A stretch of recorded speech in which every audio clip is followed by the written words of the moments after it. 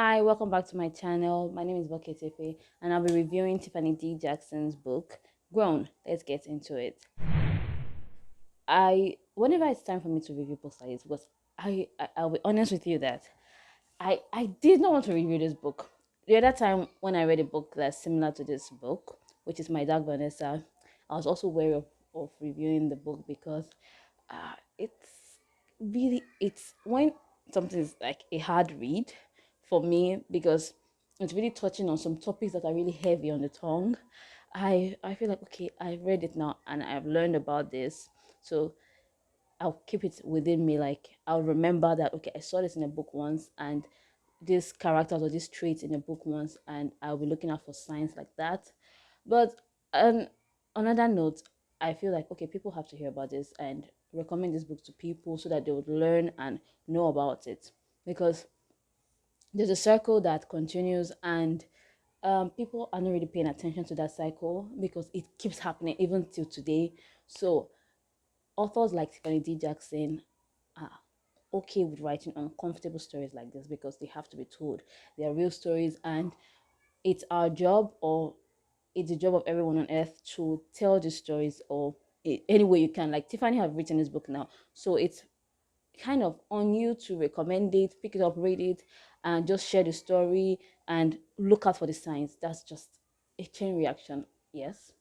Grown, Tiffany D. Jackson have said that time and time over again that okay, this book is highly a pure work of fiction. Although it kind of hits home because she said that she also understood what the main character Enchanted Jones was going through in this book, because she herself had been in a really inappropriate relationship as well with an older guy. This book touched on a lot of topics, so there's a trigger warning for you. We have topics bordering on opioid addiction, child abuse, misogyny, racism. So there, if these are just trigger warnings, so if you feel like okay, this is going to rub you off in a way, maybe just, so these are trigger warnings, so watch out. A lot of people have been saying, oh, I've been asking questions, oh, is this book about R. Kelly, or all sort of questions about this book. And Tiffany D. Jackson have made it clear that okay, this book is purely a work of fiction. However, she had drawn inspiration from the headlines, and so it kind of related. It's inspired. Should I say inspired, or these are things that are happening. So this was something that was trending at that point, and she said, "Okay, I should write a story like this." So yes, the book was kind of inspired by the happenings on the headlines, but does not mean that the book is about the pop star R. Kelly. Is it related? Yes. The book opens with Enchanted in a room where Corey Fields, a popular pop star, is dead, and we have to, and the question that races all through the book, or the answer we're all racing towards in this book while you read the book, is who killed Corey Fields? And all fingers are pointing to Enchanted. The author employs zigzag plots in this book, so we see the book from the end to before the end, and like that.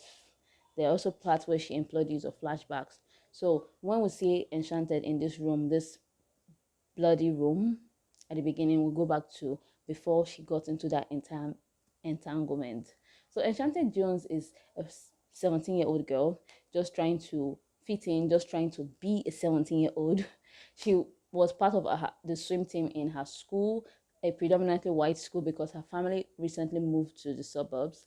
So she was in the swim team. She loved to sing her heart out. She was part of a club of students that were like rich black families. So there was a club for such people. So she and her sister were part of that club as well. She was just being a 17-year-old. She loved Disney movies, especially The Little Mermaid. That was one character she could really relate to. I've never seen The Little Mermaid before, so but that was one character she could really relate to. Besides catering for her younger ones, besides trying to fit in her school, where she had to cut her hair because she didn't want to be too conspicuous. She didn't want to offend anybody with her African American hair. And besides being best friends with Gabriella, who made her feel at home in the school, she loved to sing. Singing was her life. but her parents had reservations, like parents should, and they felt like, oh, it was really not a practical thing that she needed to pursue. But the girl loved to sing, she loved it a lot. So when she was afforded the opportunity to attend an audition, she went for it. When, although she also had her own personal things she was fighting for, she did not really feel good enough most of the time, but she could sing and she loved her and she knew her. She loved to sing. So when she was afforded the opportunity to go for this audition, she grabbed it. And here she was pushed or shoved into the limelight in a way, because she thought that this was going to be her big break, when she met the pop star Corey Fields. Although after her audition she was not selected, maybe because she didn't fit the part, or people could not just recognize her potential on stage on that day. But Corey Fields did. He personally went up to her when she left the stage, and he applauded her. Like, he told her that, okay, you did really well and all of that. And she was flattered, she was amazed, she was overjoyed that the Corey Fields noticed her, and like he even invited her and her parents to come see him and all of that. And she was just elated that Corey Fields noticed her, and she had a healthy schoolgirl crush on him, which is perfectly normal. So from this brief encounter, Corey Fields started a relationship with this girl. First, it was just kind of innocent. It was not really innocent on the part of Corey Field, because it was actually annoying me. He was trying too hard to sound young, using words like dang, using some kind of terms that a younger generation would use. And I'm like, this guy is really pissing me off while I was reading the book. So, what from Enchanted's point of view, she was enjoying the attention. She just wanted to be grown up, like fit the parts and all of that. So, and when Corey offered to actually give her singing lessons, she was over the moon. Her parents were at first skeptical because she was just 17 and all of that, but okay, they said they're going to supervise, they're going to be there for her and hold her hand all through the way and all of that. But soon enough, everything spirals out of control. A professional relationship goes way out of line. Corey took this girl away from, alienated her from her friends and family. There were a lot of things that were just wrong, really wrong in the entire makeup of things, and things began to spiral out of control until she found herself in that room with Corey Fields dead. So who killed Corey Fields? I don't give spoilers, sorry, but you should read the book, because apart from the fact that we are trying to solve a murder here, you can tell that this young lady, her story is multifaceted.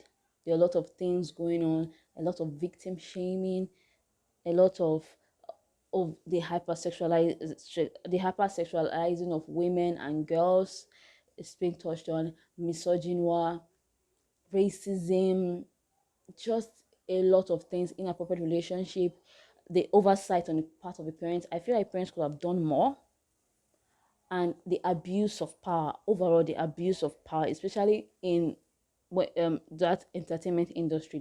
There's actually a high abuse of power. So that was really what the book was touching on. Despite the fact that we had a murder to solve, but the journey through the book is just really telling you that, okay, we have a problem as a society, and I completely agree. So from the abuse of power, we see the character of Corey Fields, who is a celebrity years older than this young lady. And is it right that I was offering to give her singing lessons? Of course, these things are okay, that you are in the industry already and you are willing to hold someone's hand through it all, it's fine. But when you're willing to abuse your power because you're in a place of power and you know that you're untouchable, that's when there's a problem. And the book also went on to show how we idolize celebrities. So we see them as these angels that are untouchable. So because you have been you love this person's music and this person's work, and we forget that, okay, when someone speaks up that, okay, this person actually hurts me, we should put aside our love for the person. I'm not like, and think of or answer and hold the person accountable. Because at a point in this book, this poor girl Enchanted was like the most hated person, because everyone loves Corey Fields, and they were like, oh, she's big for her age. How, like, her parents were, all sort of things, just to excuse the fact that, okay, I like this guy and I don't want to believe that he could actually do something like that. But why not listen to the victim at least? No matter what the person might be saying, just listen. It's all the person is all are actually saying. So it really showed that we have a problem as a society that we need to tackle. People might say, oh, it's really nothing, but it is something, because there are people who are dying silently. There was a part where Enchanted felt like she couldn't win. Her hands were tied. The parents were tired. It was as if they couldn't win this thing, and they were almost surrendering. But one or the other, Enchanted was able to just fight for it. There are a lot of themes in this book, and I think I've mentioned some already, but there are just some that I really want to highlight, which is number one. One thing is, we want to talk about trust. Trusting people. Like, the parents trusted Corey Fields, because at first they were really uptight and following up on what's going on with their daughter and everything, but at a point they just gave her, like, losing the reins a lot, and I felt annoyed with them for that. And also Enchanted trusting Corey so much that he couldn't do anything to hurt her, but she was just a kid anyway. So yeah, then there's after this contest, this people have contested this a lot, that okay, sometimes people are actually grown, they know what they're doing and all of that. So what does it really mean to be going, say someone is grown, and when someone is an adult, like grown adult, like the person knows what she's doing? This is a big word that people have contested, and the author made sure to analyze that topic as well, because in as much as someone might be grown to you or in your books, it does not excuse the fact that you have to be a predator. The difference between having a healthy relationship with someone and allowing them to grow and learn and unlearn things than being a predator, there's a huge difference between that. So the author wanted us to understand that part, that yes, also understand that part a lot. And my own take in this is that let kids be kids. That's the honest to God truth. Leave them alone. Just leave kids alone. Let girls be girls. Let boys be boys. That's just my take on this inappropriate relationship thing. When you're 17, you want to make mistakes, you want to laugh and just be happy. And if you're an older person and you actually like this person, you allow them to grow, you allow them to be themselves. You don't be a predator about it. And my honest take is that just allow kids be kids. Don't sexualize people. That's why I am strongly against sexualizing girls. Don't sexualize people. Just let them be. Let them be. Honestly, that's my 2 cents in it. Always let kids be kids. That's it. And with that, I'm drawing the curtain for today. Do not forget, if you enjoyed my video, do not forget to like, share, and subscribe to my channel.